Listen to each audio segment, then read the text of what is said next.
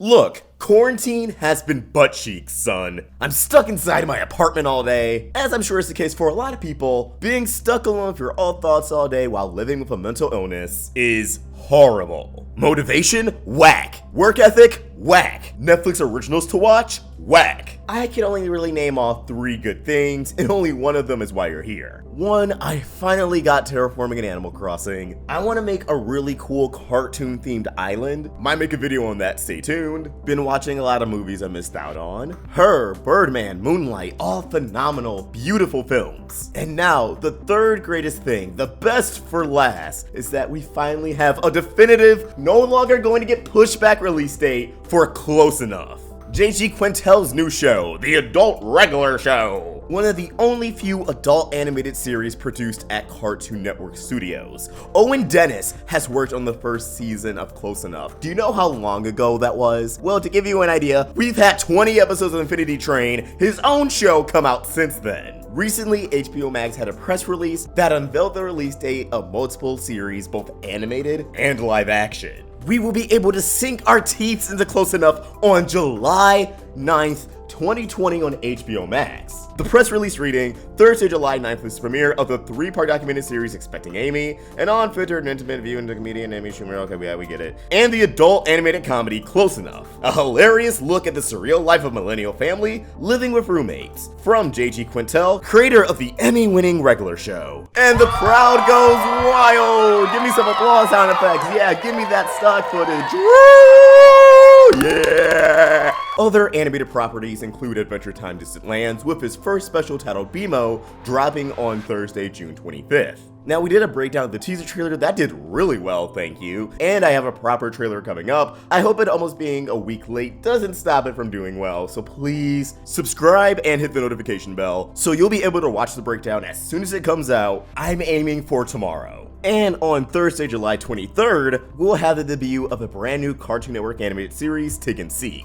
You guys remember that pilot, Tiggy Winks? And then at the last San Diego Comic-Con, they confirmed it as a full-length animated series, renamed Tig and Seek, slated to premiere on Cartoon Network. But then the AT&T merger said, haha, just kidding, reverse. And now it's on HBO Max. Now look, I'm no longer the teenager who started this channel 4 years ago. I'm in my early 20s now. The older I get, the more episodic, non-serialized animation is going to appeal less and less to me. I'm still gonna check out Tig and Seek. If it's anything like the pilot, I'm sure I'm gonna find it funny and weird, but cute. But I can't say I'm going to binge every episode day 1. To me, just going off the pilot, it feels like a show I would put on either in the morning while I'm doing chores, or when I'm about to go to bed and I just need something light to put on. And that's not a diss or a dig, it's not to say it's of lesser quality. I just don't see myself going out of the way to binge the entire thing if they do drop all the season at once. We don't know how this is going to work yet, but I definitely see myself reviewing HBO Max originals, especially animation, right here on this channel. So at the very least, I will put in my 2 cents once I watch a few episodes.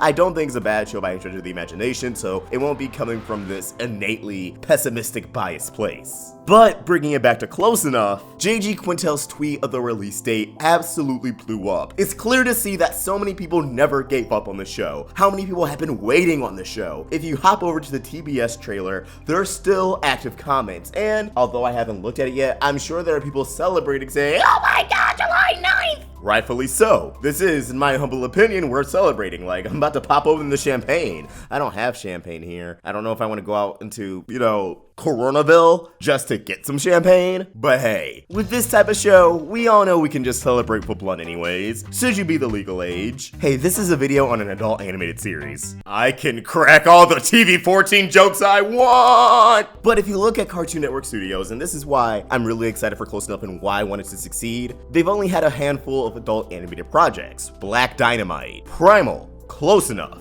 For some reason, they put money into Dexter's Rude Removal, although it was only meant for convention panels. Why did that happen? Don't get me wrong, it's such a cool premise having an episode only produced to be shown to adults at conventions, but like, what? Doesn't animation cost quite a pretty penny to make? You're not gonna see a return on those. And yeah, Adult Swim released the episode way back in 2012. I think they probably took down the upload now. But that YouTube ad revenue didn't make the money back. Why am I talking about this 20-year-old episode and how it doesn't make financial sense? Anyways, the success of Close Enough could ensure more adult animated projects over at Cartoon Network, especially now that we live in HBO Max land. I would not be surprised if there already is another adult animated series in development or in production. Although 2020 has started off absolutely awful, in terms of animation, I think not just this year, but this decade will be a game changer. I confidently and completely believe that by the end of this decade, not only are we going to have a stacked catalog of adult animated series that are pretty good, but we're going to see a lot more of them from the likes of Cartoon Network and maybe even Nickelodeon. Nickelodeon has really been tapping into that nostalgia bank, and I'm not saying anything about anything, but I have a feeling HBO Max, because of Cartoon Network, may be one of, if not the most stacked streaming service for animation on the market. Other networks, other studios will look at that, and they'll want to survive. They'll want to stand out just as much. I honestly cannot see Close Enough failing. Because one, would you consider HBO right now a failure? I know people who still use it. I still get Snapchats of people rewatching Game of Thrones. For those people, as long as it's not HBO Go, their subscription is going to evolve into HBO Max. This service is trying to get as many subscriptions from day one as possible. Whether if you're already subscribed to HBO, whether you already have it on your cable package or AT&T, whatever the case may be, there's already a plethora of ways to get HBO Max either for free or at an amazing discount. And in the future, they want to roll out live programming and an ad-based cheaper subscription. They're going to be a titan. I don't know what else to tell you. And already, I'm very happy with how they're spreading out premieres through the summer. They're not just dropping everything all at once, and while I'm sure COVID could be a huge contributor to that, a lot of live action productions all around are on halt. The world as we know it isn't going to go back to normal for a very long time. I see you typing. When's the last time you washed those hands? And put some lotion on it. Dry ass hands, goddamn. But seeing Adventure Time in June and then Close Enough in the beginning of July, Taking Seats at the end of July, you know, all the other relevant programming that other people are gonna care about more than just the animated bits. They don't want to just pull a Netflix and throw everything out at once. And I'm hoping that they adapt from Disney XD and release their premieres on a weekly basis. I know some shows are probably just gonna have all episodes from the jump, but if you look in the press release, one show is already specified to have 2 seasons drop on release day. This one show, Karma, will have its entire first season of the unscripted kids adventure competition series. They specify that, yet mostly everything else says premieres on this day, which sounds like they will be doing weekly releases. That is huge. Then again, I'm pretty sure HBO as a regular streaming service already does that, so kinda checks out. Look, the future is bright for animation. It inspired me enough to get out of this funk, even if just for a little bit, to record this video and inform the masses. So thank you for sharing this experience with me, and if any Close Enough crew is out there watching, thank you. I haven't even watched a single episode of the show, yet any drop of news always gets me excited, and I can't wait to see what you made. Whether if you worked on the first season or the second season,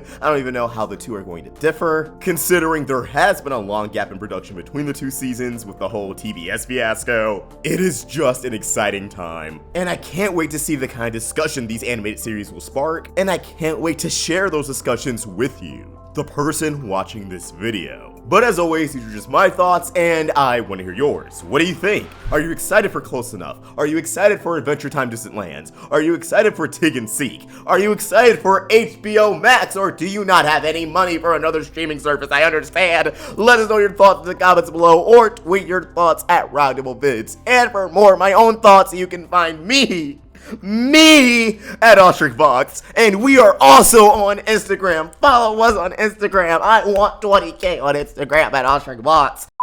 If you enjoyed this video, please throw a like and subscribe to the Roundtable for more great cartoon content. Thank you for watching, and I hope you have an awesome day. OstricVox, signing out.